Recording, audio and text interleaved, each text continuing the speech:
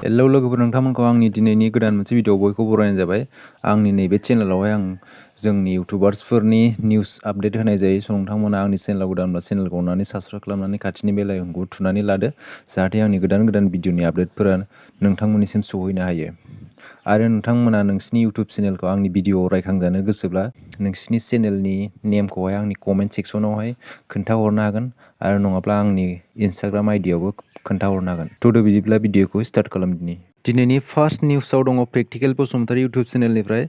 Practical Basumatary बिथाङा 31 डिसेम्बराव खुंनो लानाय संकस मिउजिक पेजनि आपडेट होदों।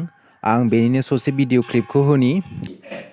लकेसना जाबाय क'क्राझार डिस्ट्रिक्ट गसाइगाव साब डिभिजननि सिङाव थानाय सिमालटापु होननाय जायगा, सिमालटापु संकस आरोखि आसाम बेंगल बर्डारनि बे संकस दैसा सेराव बे संकस मिउजिक फेस्टखौ खुंफुंनाय जागोन।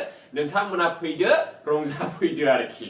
एसेनोसै, गोजोन्थों। दिनैनि सेकेन्ड निउसाव दङ जेम्स बड' ब्लग इउटुब चेनेलनिफ्राय। जेम्स बिथाङा गहिला बर' बिथांखौ लोगो हमहैदों आरोना, आरो जेम्सआ बुंदों गहिला बर' बिथांखौहाय माने बिनि इउटुब चेनेलखौहाय हेल्प खालामनो खावलायदों। गहिला बिथांखौ नोंथांमोना मिथिखायो, बिथाङा जाबाय नेसनेल लेभेल आर्कार कम्पिटिसनाव बाहागो लानायमोन, आरो बिथाङा माने गामिनि गथ'फोरखौ फ्रियावनो आर्कार ट्रेनिं होगासिनो। स' बेनिखायनो फिनान्सियेल प्रब्लेमखाय जेम्स बिथाङा गहिलाखौ लोगो हमनानै एसे रांनि अनसुंथाइ हैदोंमोन। बेनिनो ससे भिडिअ क्लिपखौ होनि आं।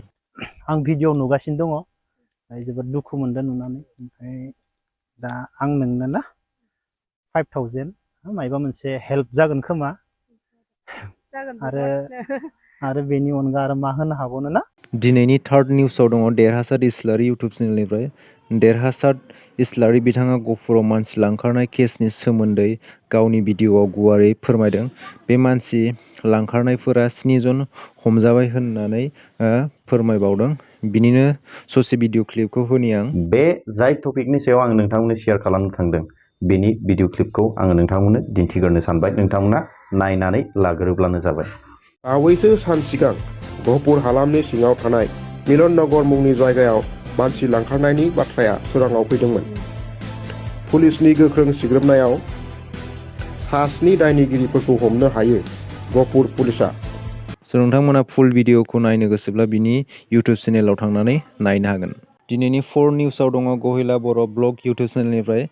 नोंथांमोनाथ' गहिला बर'खौ मिथिखायो। गहिला बर'आ नेसनेल लेभेल आर्कार कम्पिटिसनाव बाहागो लानायमोन। गहिला बर' बिथाङा गामिनि गथ'फोरखौ आर्कार माने बोरला गावनाय फ्रियावनो ट्रेनिं होगासिनो दं, आरो माने फोरोंगासिनो दं, आरो ट्रेनिं भिडिअफोर होयो। जेम्स बिथाङा बेखौ लोगो हमहैनायनि रिसेन्टलि मोनसे भिडिअ होदों। दायो बिनिनो ससे भिडिअ क्लिपखौ होनि आं।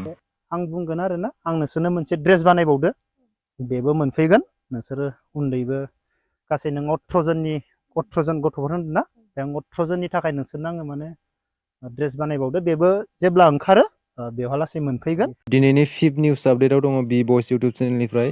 बि बयस मोननाव सासे जार्माननिफ्राय सासे इउटुबार फैदों, आरो बेवहायनो बि बयसआ गावनि यामा बाइक, माने बेनाव यामा बाइक गंसे दंना, बेवहाय दिखांना बेरायहोनो लांदोंमोन।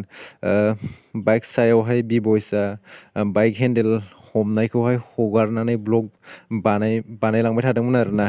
ओमफ्राय बेयावहायनो फरेनार सेंग्रानि रिएक्सना ओरैबायदि माने नायथावना आरोना। बिनिनो ससे भिडिअ क्लिपखौ होनि आं।